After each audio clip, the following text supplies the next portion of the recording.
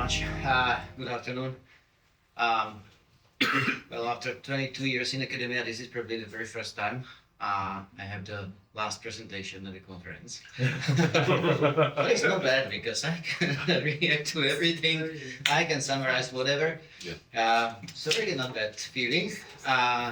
Everybody said thank you, and I have to say also thank you. And I have to highlight that CA at the moment is probably the leading legal research institution in CA countries.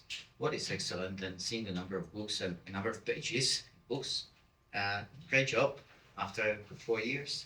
It's really great, and I'm really happy that I can be a part of this project. Well, as you know, I am not the expert in EU law. I'm not expert in international law, private or public. I like taxes. What is it? The only man in this room. Now I will ask, because the topic of my presentation today is whether the property tax could be a good tax in the European context. Maybe. Here you probably can't see because it's too small. The structure of property taxes we do have. I have created two huge blocks of property taxes. One block is dealing with taxes, those are paid regularly, and the other regular taxes. Starting with these irregular taxes, there are, well, it's opposite. I made a mistake, you can see now. Irregular taxes are taxes from capital transfers like inheritance and gift tax or estate tax, also taxes from capital transactions and taxes from capital yields. These regular taxes are wealth taxes, taxes on net wealth, taxes on rich people, taxes on motor vehicles, and also taxes on renewable property. This is the topic I want to talk about. Taxes, recurrent tax on property. This is the topic for today.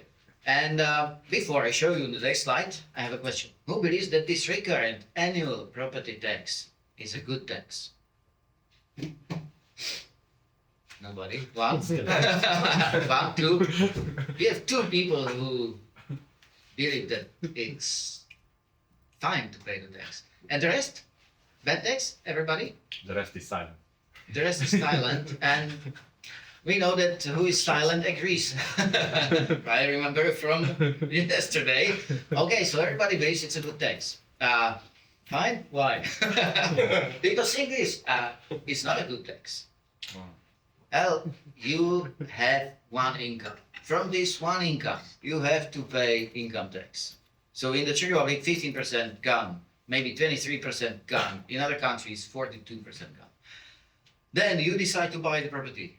And very often you have to pay property transfer tax, tax on acquisition, many titles of this tax, but you have to pay. It used to be in the Czech Republic also 4% of the value of the property gone. Still from that net income after taxation. And then you finally have your property and you have to pay annual property tax. What is the problem? So it's third tax. The problem is the third taxation of one income. And maybe we have also VAT, so fourth. And I also believe it's a good tax. So maybe why it is a good tax, and this will be the conclusion. Because we have a lot of troubling issues with this recurrent property tax in all CE countries. In Western Europe, it can be a bit different. In US, it's different. In Australia and other countries, they have completely different problems, but what is troubling us in this region? Low revenue is probably the first issue. And maybe this low revenue is also connected with the construction of the tax base. And also, this is very specific for the Czech Republic, we have also issues with the tax administrator and maybe the information for municipalities about those who owe some property tax. If you see this data, and this data where we published a book in 2021 in Slovenia, and it's really available, so you can use this link and to get a book. We were working on some 33 countries approximately from Central and Eastern Europe and also Central Asian countries. So we were able to cover the whole Europe plus, let's say, post-Soviet countries and also Turkey and other countries. And if you see this regional average between 2010 and 2017 was approximately 0.6 of the GDP in these 33 countries. And below 1% of the GDP was only Hungary, Poland, Russia, and Turkey. Pretty close, Belarus, Georgia, Latvia. And the rest, it's nothing. If you see the share of the property tax to the GDP in the Czech Republic, it's very, very close to zero. In fact, 0.3. Interesting issue is Poland, maybe, because in Poland it's a bit higher. And the tax is also a bit higher compared to Hungary, Slovakia, on the Czech Republic. Still, they are using the area-based system. So what are the reasons for this low revenue? The first might be the construction of the tax base. Generally, worldwide, there are two possible systems. Let's say basic systems, because you can make some modifications. The first one is area-based system, based on units, based on size, usable area, net floor area, square meters of build-up area, or something like that. This system is widely used in Central and Eastern Europe still, because it's the oldest system, it's very easy. We have all the data in the cadastre, thanks to Marie-Thérèse. We all have cadastre from 1740, and we are still using that, and we have complete information about the owners, about the area, about everything, in fact. So it's easy, but it doesn't bring enough revenue, very probably. The second system that is mostly used in Western Europe and, let's say, developed legal systems, property tax systems, is the value-based system. It can be based on the market value, or it's usually not, because the market value is pretty high and people are not very happy. So it's much better to use something like assessed value or modified assessed value, and you go down.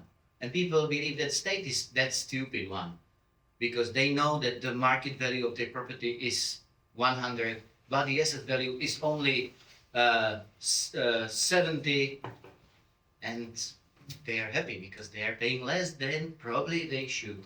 But this is really the system that it was set by clever legislators. But there are problematic issues. How to re-evaluate these structures, buildings, property. Because still, we can see that prices are going up. There must be some kind of crisis, huge crisis, so that the prices are going down. So usually up. And we have historical examples, bad examples, for example, from Germany. In the year 2000 in Germany, they were using values from 1934 in Eastern Germany, set by the Hitler, in fact. And German Constitutional Court abolished the tax fully. In California, they were using the system. They did a huge valuation, mass valuation in 1978.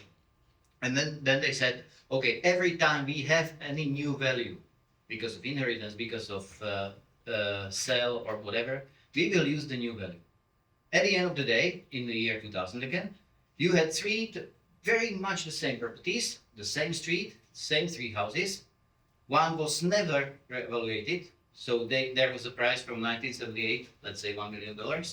The other one was sold 10 years ago, value 10 million, and the last one was inherited in 1999, and the value was 40 million. So huge difference, still the same structures. So again, it was abolished. The whole system was abolished by the US Supreme Court. So you have to think about evaluation, or, and again, Marie-Thérèse, thank you, we have the cadastre. Because in the cadastre, we have everything. We have also the values. So we can easily use it. We can say what are the values of offices in this building. We can say what is the price, average price of the apartment in Budapest, in Brno, in Warsaw. So we are ready, in fact, in this region for the value-based system. but there are political reasons.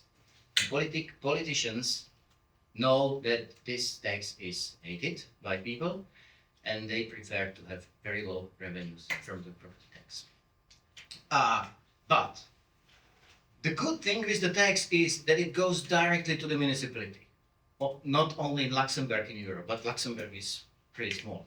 As a local tax, I can see a lot of benefits.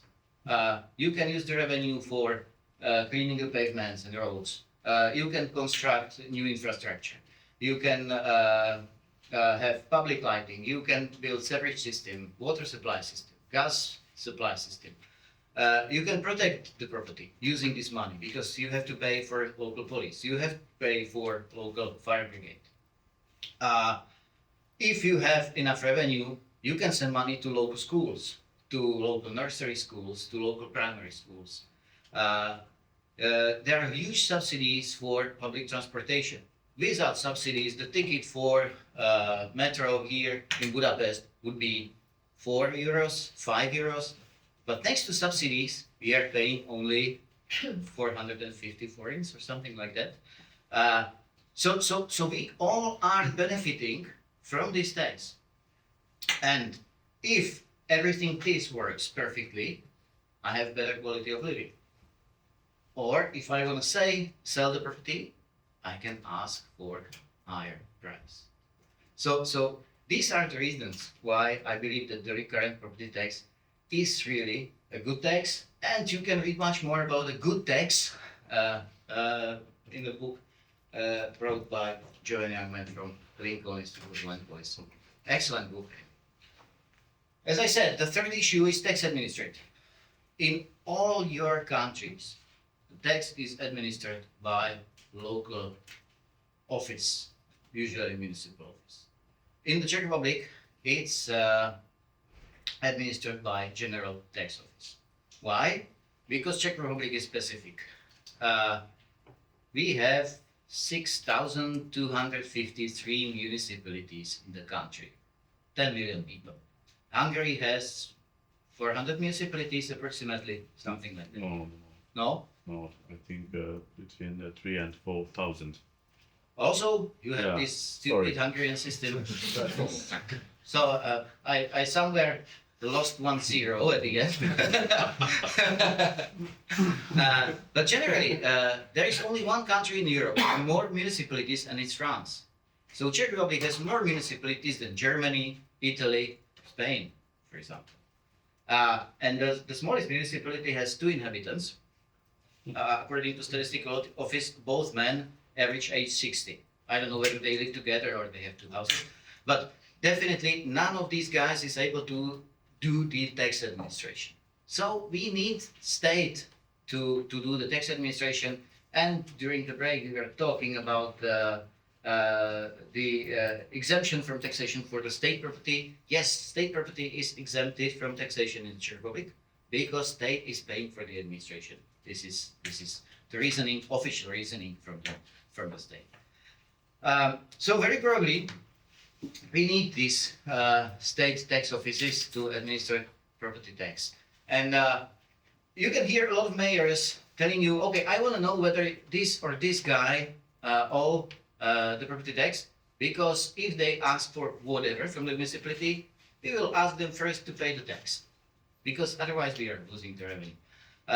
Probably these mayors are used to do that because they have the experience from local charges, but still it's illegal because those people who are doing the tax administration, it's a delegate competence and there is a principle of confidentiality. So mayor has no right to know who is the tax debtor and who is not, no matter if it's local charge administered by municipal office or if it's any tax.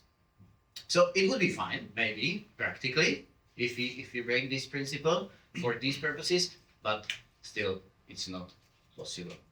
So here are some my opinions, what we can do for the future. The first issue is whether to tax land or building, or both.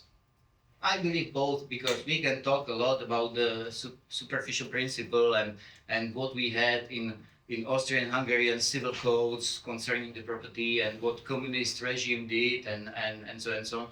But because of this communist regime, because they broke that principle, superficie solocity, we have to insist on taxing both land and buildings. I still prefer unit system. It's much easier for everybody, but we have to do something with tax rates. And concerning the rates, not only in the Czech Republic, but everywhere, the structure of rates is pretty complicated. There is a national rate, but municipalities have a lot of possibilities to not to tax something or lower the tax, impose higher tax rate, lower tax rate. So I would prefer to have one standard tax rate for each type of property, and then municipalities are free to increase it to a certain maximum limit. And also there should be some basic tax rate for those municipalities who are not able to adopt any local bylaw because they are two men, average age 60. So definitely this municipality has no bylaw at all. So that it's really obligatory local tax. Definitely, because it's local tax, there is no way to harmonize the tax. There are very some articles and some authors believe that it would be fine to do some harmonization because of principles of equality and whatever. I don't believe that, and really it's up to the municipalities. And if you are interested in these issues, European Association of Tax Law Professors is organizing annual conference in 2025 in Bergen. It will be in June, and the topic is property tax. I was nominated as a general reporter for the conference. I have a lot of your colleagues who are working with you at the universities, and we are preparing some 32 national reports for specific reports. And then at the end of the day, I will be responsible for the general report, and I will try that specific task that Ede is doing every year in case of 3 books, and Zoli in case of 1 book. And yes, so you are invited, and if you have any questions, don't hesitate to ask. And thank you for your attention.